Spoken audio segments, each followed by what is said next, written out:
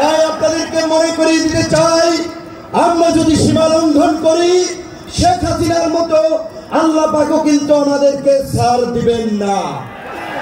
আজকে যেই ছাত্র জনতার সংগ্রামের মধ্যে দিয়ে যেই রক্ত এবং প্রাণের বিনিময়ে আমরা ঐতিহাসিক পরিবর্তন পেয়েছি, এই পরিবর্তনকে টেকসই করার জন্য আজকে বাংলাদেশের মানুষকে শাসনতান্ত্রিক এবং সরকার ব্যবস্থার পরিবর্তনের আওয়াজ উঠিয়েছে।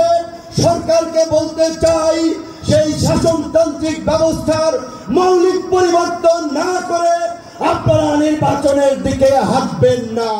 গত এই 11 মাস ধরে স্থানীয় সরকারের কোন জনপ্রতিনিধি নাই, মানুষের একটা চরম ভোগান্তি।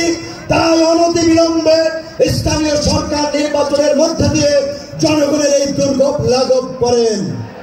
আমার ভাই, আমার সহকর্মী, সহযোদ্ধা বন্ধু জাহিদুল ইসলাম বলেছে, আমিও তার সাথে একাত্মতা পোষণ করে বলতে চাই। অনেকেই আমাকে ইয়ার্কি করে বলে, ভাই ডাকসুর চাবি কি আপনি নিয়ে গেছেন নাকি? ডাকসুটা খুলে নাই আপনার পরে। তো আমি বলতে চাই, ডাকসু সহ সকল ছাত্র সংসদ নির্বাচনের মধ্যে দিয়ে ছাত্র রাজনীতিতে একটি গুণগত পরিবর্তনের ধারা এই সরকারকে শুরু করতে হবে। একই সাথে আমাদের এই অঙ্গীকারের বিনিময়ে এই পরিবর্তনকে দীর্ঘস্থায়ী করার জন্য এই জুলাইয়ের সুফল মানুষের সনদ আমরা আশা করি সরকার সেটা এই জুলাই মাসে বাস্তবায়ন করবে।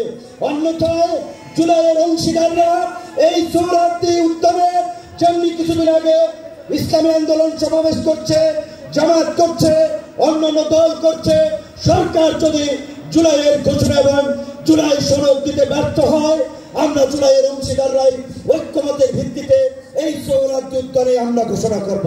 ধন্যবাদ।